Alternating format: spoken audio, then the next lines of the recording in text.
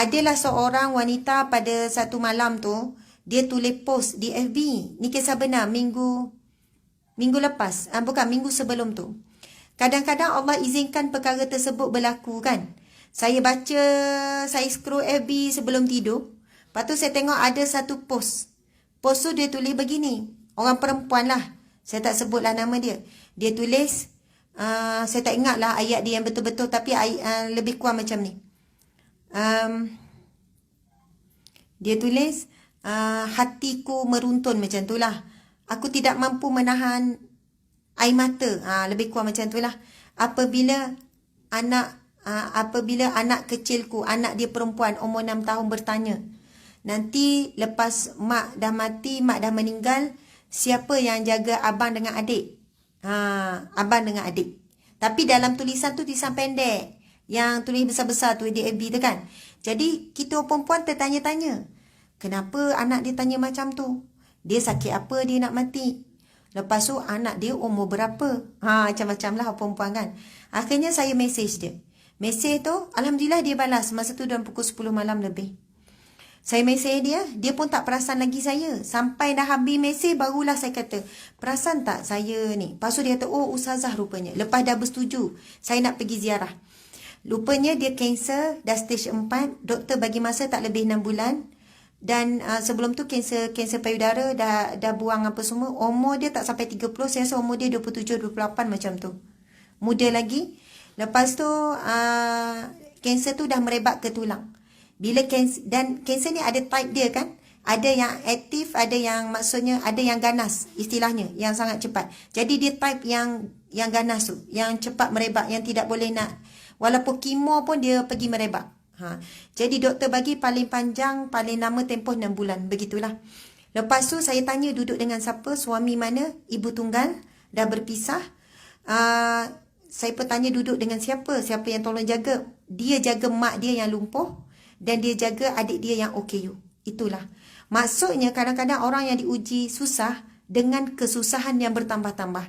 Dahlah sakit, jaga mak yang lumpuh, jaga pula adik yang OKU.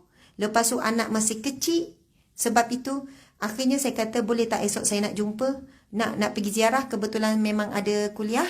Dia duduk di Banting. Allah permudahkan, habis saya kuliah tu saya terus pergi jumpa rumah kayu yang buruk. Subhanallah, Allahu Akbar. Orangnya sangat tenang, sangat kuat. Masya Allah. Saya tengok anak dia, seorang 6 tahun perempuan, yang lelaki 8 tahun. Masya Allah. Rambut tu saya sampai-sampai saya tupan bilik air, tandas. Memang ada banyak sangat rambut yang bergumpal-gumpal. Dia kata anak dia terkejut menangis. Sebab anak dia selalu tolong. Sebab dia lepas kemo apa, dia sakit kepala apa semua kan. Anak dia kata yang dia tulis tu, sebab masa tu anak dia yang 8 tahun lelaki tu urut kepala dia. Sebab dia kata sakit sangat, tolong urut. Bila urut tercabut seketul. Tercabut bukan seorang dua, tercabut terus. Anak dia terus menangis, bertempik. Sebab itulah anak-anak dia tanya soalan tu. Subhanallah, Allah Akbar. Saya memang banyak dah habis air mata masa tu dengan cerita dia. Tapi yang saya nak kongsi ada kaitan dengan apa yang kita bincang hari ini. Iaitu tentang bab zikrullah. Wanita ni nama dia apa tak ingat. Anissa. Nama dia Anissa. Subhanallah. Dia kalau kita follow FB dia cerita tentang pesakit dia tu sangat jarang. Dan sebenarnya dia dah lama tak update FB. Tapi Allah izinkan setelah beberapa bulan dia tak update, masa itulah saya baca. Dan bila pergi ziarah, Allah mengajar kita banyak perkara. Sebenarnya hati kita yang keras ni, yang susah nak menangis, yang mudah nak merungut, yang rasa ujian Allah tu berat sangat, bila jumpa orang yang sakit seperti ini, terus kita rasa ujian kita timpa sebenarnya ringan. Dan kita jumpa orang yang hebat, orang yang tidak dipuji, tak dikenali oleh manusia. Lepas tu dia cerita pada saya. Dia kata, ustazah, kekuatan saya satu, zikrullah. Kekuatan saya istighfar. Dia wanita yang baik. Bagi saya wanita yang solehah, wanita yang baik, dengan pakaian yang baik, dengan ibadah yang kuat. Masa saya borak-borak dengan dia, datanglah seorang makcik umur 60 lebih. Rupanya duduk tak jauh daripada situ, macam tok saudara dia, orang jauh, umur 60 lebih kat 70. Makcik tu datang. Makcik ni memang tak kenal langsung saya. Dia tanya, kamu siapa? Ustazah ke? Sebab pakai tudung kan. Pakai tudung bulat kan. Saya ustazah.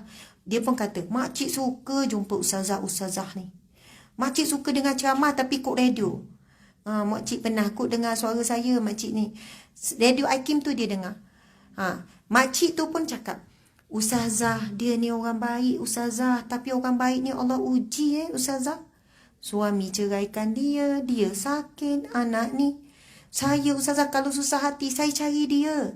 Makcik tu, orang tua yang tak ada kepentingan apa-apa. Dia datang tu cerita kebaikan wanita ni. Wanita ni. Dia kata dia ni sabar ustazah, dia hidup susah. Tengoklah rumah dia apa miskin. Itu hari ada orang tercicir beg. Dalam beg tu ada piti duit banyak, ada barang kemas. Ni Anissa ni tak ambil 1 sen pun pergi hantar, cari sampai jumpa siapa pemilik tu. Dia kata dia ni ustazah, zikir kuat, orang baik, sabar, ujian demi ujian, apa ujian tak kena dengan dia.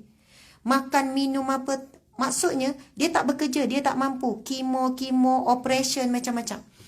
Dan saya nak share satu kisah yang berkaitan dengan zikrullah, dan dia selalu beramal. Yang paling utama dia kata, ustazah, saya memperbanyakkan istighfar.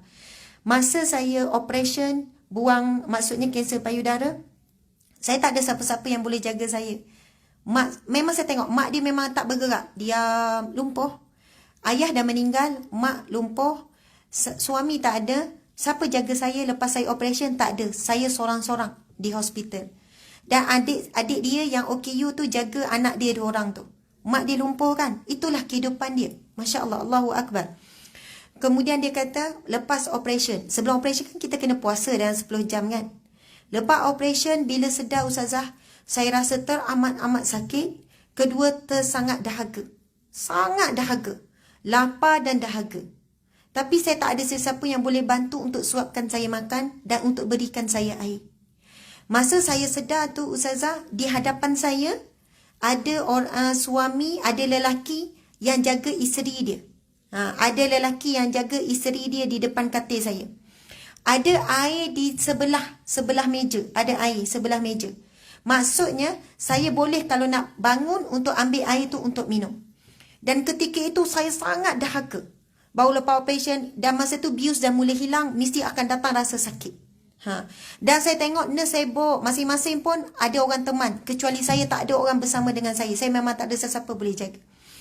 Dan saya tengok air, saya menangis sebab saya terlalu dahaga. Saya sangat mengharap ada orang datang dekat ke apa ke untuk beri bantuan. Dan kenapa saya tak bangun ustazah? Sebab depan saya ada lelaki yang sedang jaga isteri dia. Kalau saya bangun saja, aurat saya akan ternampak. Yang ni saya rasa macam sangat kagum. Sebab masa dia sedar, dia masih lagi ada baju operation dekat atas. Baju operation tahulah dia cuma tutup macam tu je. Kalau bangun memang akan melurut. Saya bimbang ustazah. Ini saya cerita benar. Dia kata begini. Kalau saya bangun, kesian lelaki kat depan tu, dia berdosa dia tengok aurat saya.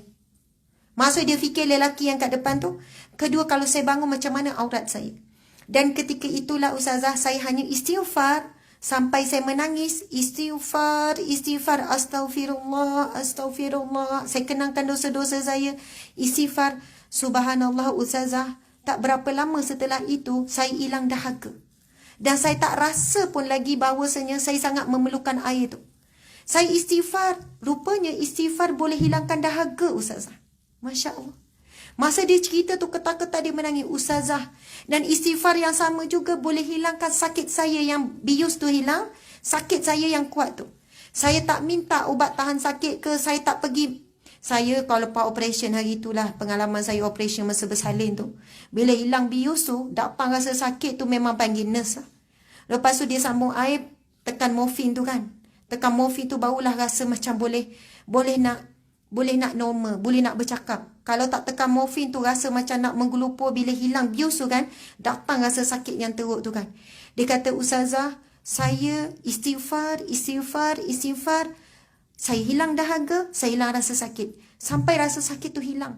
Dan saya tenggelam tidur istighfar. 12 jam selepas itu baru saya boleh minum air ustazah. Maksudnya 24 jam dia langsung tak minum air. Dia jadi dahaga tu memang kesan biu, kesan ubat-ubat masuk semua tu. Dia akan bertambah-tambah dahaga. Lepas operation kita sedar memang kita sangat nak minum air. Jadi dia kata, ustazah, saya balik hari tu, besok saya balik. Lusa tu saya dah buat semua kerja rumah, menyapu, apa-apa kerja. Dan orang jiran-jiran tak tahu saya baru lepas major operation. Orang tak tahu. Sebab tak ada orang lain nak jaga anak saya, nak buat itu, nak buat ini, melainkan saya sendiri. Masak apa semua. Tapi saya buat apa? Zikrullah. Zikir, dia kata. Sebab itu bila kita ziarah orang sakit seperti ini, sebenarnya kita dapat banyak ilmu. Kita banyak kesedaran. Saya kata, ya Allah, mahalnya Allah nak bagi nikmat zikir, kemanisan zikir kepada Anissa. Tapi Anissa perlu menempuh ujian demi ujian. Daripada ditinggalkan suami, lepas tu sakit, kanser. Mula-mula kanser payudara, lepas tu pergi kanser tulang, lepas tu doktor bagi sekian-sekian. Nak sampai tahap rasa manisnya istighfar tu. Yang mana istighfar tersebut boleh menghilangkan rasa sakit. Istighfar tersebut boleh menghilangkan rasa lapar dan dahaga. Sebab itu Ustazah, saya syukur. Ya Allah, dia boleh cakap, saya syukur di atas segala ujian Allah. Kerana Allah beri saya manisnya nikmat istighfar. Manisnya nikmat zikrullah. Betul lah bila kita ingat Allah, Allah boleh angkat segala kesengsaraan kita. Lepas tu kan anak dia datang, duduk. Dia kata, Ustazah, anak ni yang umur 8 tahun lelaki ni Ustazah, saya pernah sebut. Saya kata, saya pernah lemah semangat. Tapi anak ni yang umur 8 tahun, dia kata dia tak sangka. Anak kata, Mak, dia panggil Mama. Mama, abang tak nak dengar Mama cakap macam tu lagi. Mama kena kuat. Mama kena banyak berdoa. Mama mesti ni. Dia kata, Ustazah, satu hari anak saya tengok anak lelaki dia tak banyak cakap. Duduk menyender-nyender. Ustazah, anak saya ni boleh cakap macam tu satu hari. Saya memang benar-benar merasakan apa yang dia cakap tu ilham daripada Allah. Sebab anak saya tak pernah cakap macam tu. Maksudnya di situlah kekuatan seorang hamba Allah yang bernama Anissa, kekuatan zikrullah. Tak ada orang bersama, tak ada duit, tak ada apa. Dan saya kata, insyaAllah Anissa, kita akan teruskan bagi keperluan dia, bantuan-bantuan dia. Dan dia kata, Ustazah, saya yakin kalau saya tak ada orang akan jaga anak-anak saya. Mesti ada orang jaga. Subhanallah, Allahu Akbar.